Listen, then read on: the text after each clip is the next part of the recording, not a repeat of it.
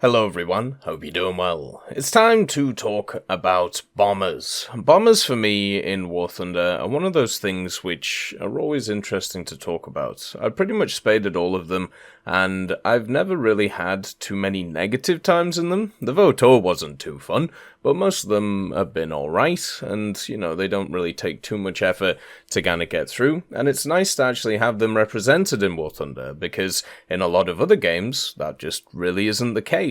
So for me, having bombers in War Thunder, even though they may not fit properly all the time, is very important to have. So it's time today to talk about some of them that I'd like to see in the future. Some British ones, some American ones, and others, just all around the spectrum, just to see what is kind of in the head. Obviously, if you would like to see some stuff, I'd like to hear about it, just because War Thunder will always be an expanding game. There'll be more and more stuff all the time, and hopefully in the future we can see a bit more concentration on bombers, since obviously over the last period it's been very much more multi-role. Let's get into them. Now, one thing that has been contested for many years in War Thunder is the idea of adding some more high-altitude, fast, more modern bombers. And for me, I've never really wanted many of these vehicles in, mainly because of the fact that I was worried about balance. Nowadays, I don't really care, because you could just change their bomb loads, or change whatever they're bringing, and just do it that way. They've already done it with a bunch of vehicles, there's no reason why they wouldn't do it with these, so why not bring in the B-52? The good old Strato Fortress, the massive American high-altitude bomber. This one is a pretty cool one, let's be honest. It was around for many different years, and from the late 40s all the way into the 70s and 80s, and still around today as a vehicle. It's powered by 8 Pratt & Whitney TF33 P3103 turbofans with a lot of power behind it, and that's just because the vehicle itself is absolutely massive. Its maximum speed doesn't break Mach 1, it is 1050, but the cool thing about this is it can carry a ridiculous amount of ordnance, up to 70,000 pounds of whatever you really feel like when it comes to bombs and also other things. There's also many different variants of it, meaning that you could bring in one as a squadron vehicle, one as a tech tree vehicle, and one as a premium or even an event vehicle, all with little differences, such as the actual turret, which was on the back of some of the B-52s in order to defend itself. The vehicle itself is so iconic when it comes to aircraft and shows the big difference between the Second World War and afterwards. With this vehicle starting production in 1952, it just shows the leap in technology those 7 years were after the end of the Second World War. Talking about the Second World War though, there is a lot of bombers that still haven't made it to the game from there. The Avro Manchester is one of my favourites, not just because it was flown by the RAF, but it was also flown by the Royal Canadian Air Force, which is really nice. The main thing that a lot of people see from this one is kind of a mini Lancaster. It's basically a Lancaster without the 4 engines. Instead, it has 2. And the problem with the Manchester and why it wasn't produced more, I think there was around about 200 of them which was produced, was because of the Vulture engines. And this was the big difference between the Manchester and also the Lancaster. The Lancaster, of course, using the Merlins, a lot more power, and the main thing was reliability. The Vultures on the Manchester were not reliable at all. This led to a lot of crashes because of just engine malfunction and problems. So the Manchester didn't really have a great service life, even though it went through a bunch of different variants. There was ideas to try and, upgrade it with different engines, but by the point that it was finished production in 1941, other bigger machines were already there, so there wasn't really much of a point. It was much better just to move on from it. The Manchester, though, does have a really cool place in history because of its kind of stopgap nature. Just like a lot of the other Spitfires and other British planes that are in the game. Spitfires, the Mark 9, for example, was supposed to be a stopgap but actually ended up being a really powerful vehicle, so they just kind of went along with it. Unfortunately for the Manchester, it was more of a learning experience instead of anything else. It had a bunch of 303 guns around it, or 7.7mm, some in the nose, some in the dorsal, and also a quad in the booty, and also it could carry a massive bomb load, just like a lot of these other British bombers. So not a ton of survivability, not a ton of speed, but if it gets to the target, it's gonna leave a huge crater. We can't talk about the B-52 without bringing up the Soviet counterparts, the Tu-95, or the Bear, as it's known to many, the good old Tupolev machine, which was a massive 4-engine turboprop-powered big old high-altitude bomber. This has access to a bunch of interesting stuff, and also is still in service today. And they made more than 500 of these things at great expense, and since it has been around for, well, over 50 years, actually, it's coming up to, 70, 80 years, something like that, because it was introduced in the 1950s. It's kind of crazy, the longevity that this bomber has had.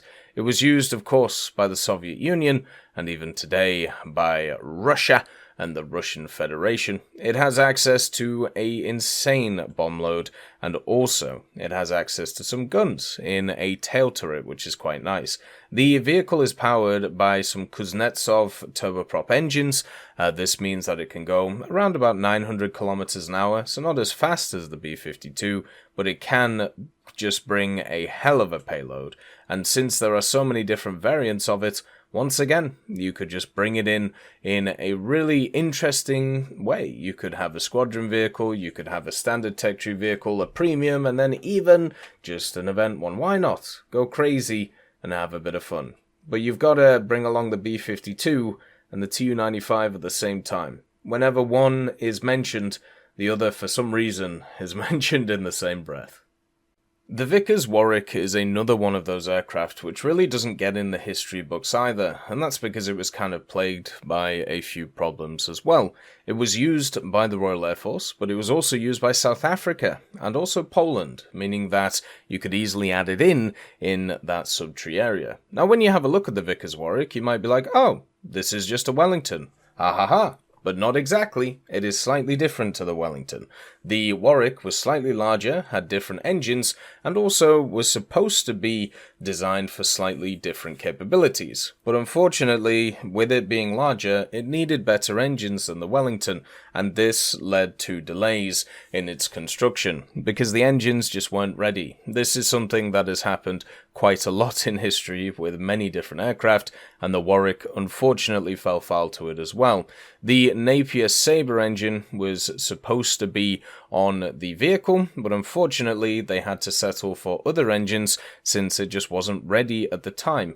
Instead, the standard Warwicks, which you will probably know more than others, use the Pratt & Whitney R2800s, the good old Wasps from America, and because it took longer to get it into production, by the time it was ready to go, which was around about 1941-42, it was seen that it would just get annihilated by the Luftwaffe, which I think is a fair point.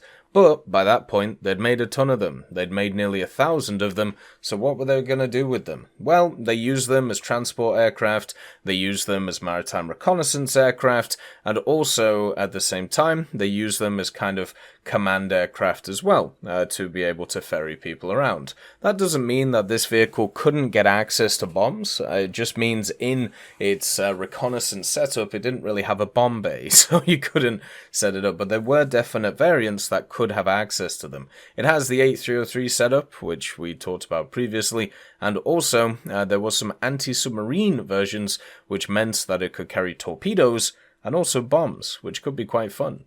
One of the vehicles I've wanted for a long time in War Thunder, for no real reason apart from the crazy stories that I've read about it in Yorkshire airfields of the Second World War, is the Armstrong Whitworth Whitley. This is, well, it's basically a pencil bomber from the 1930s. By the time it hit the Second World War, It wasn't really too useful. It was used to drop pamphlets and also as a backup bomber if everything else kind of failed.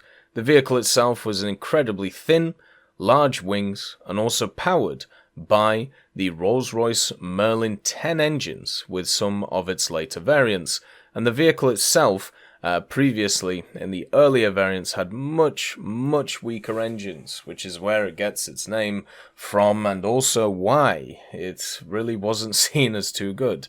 The first variant used some Siddeley Tiger radial engines, which really struggled to even get up to altitude. And then by Mark II, they completely changed its engines and just kept trying to modify them over and over and over again to give it just a little bit extra service life. This thing was pretty cool in the middle of the 1930s, but yeah, it did not really have a great service life in the Second World War.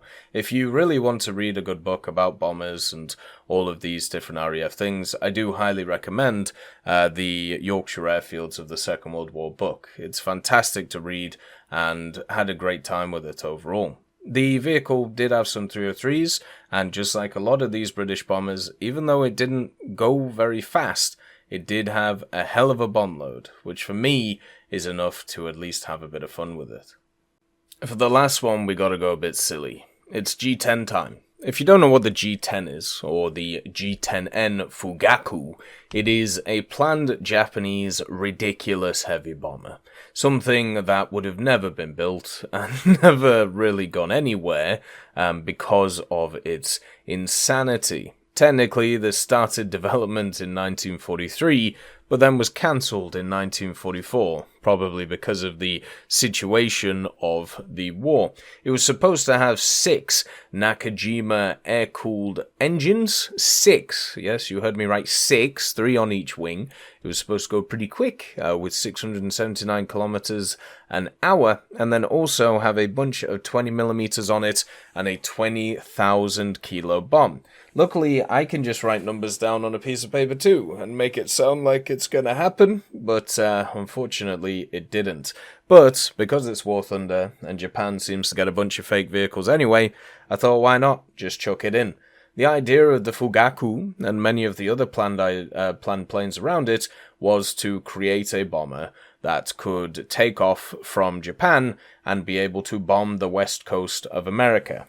Never happened, and never got there, and at the end of the day, didn't really do too much. There was also an idea of bringing one in as a transport, which would carry about 300 troops, so you could literally just airdrop a battalion down to annihilate stuff. Once again, didn't really happen.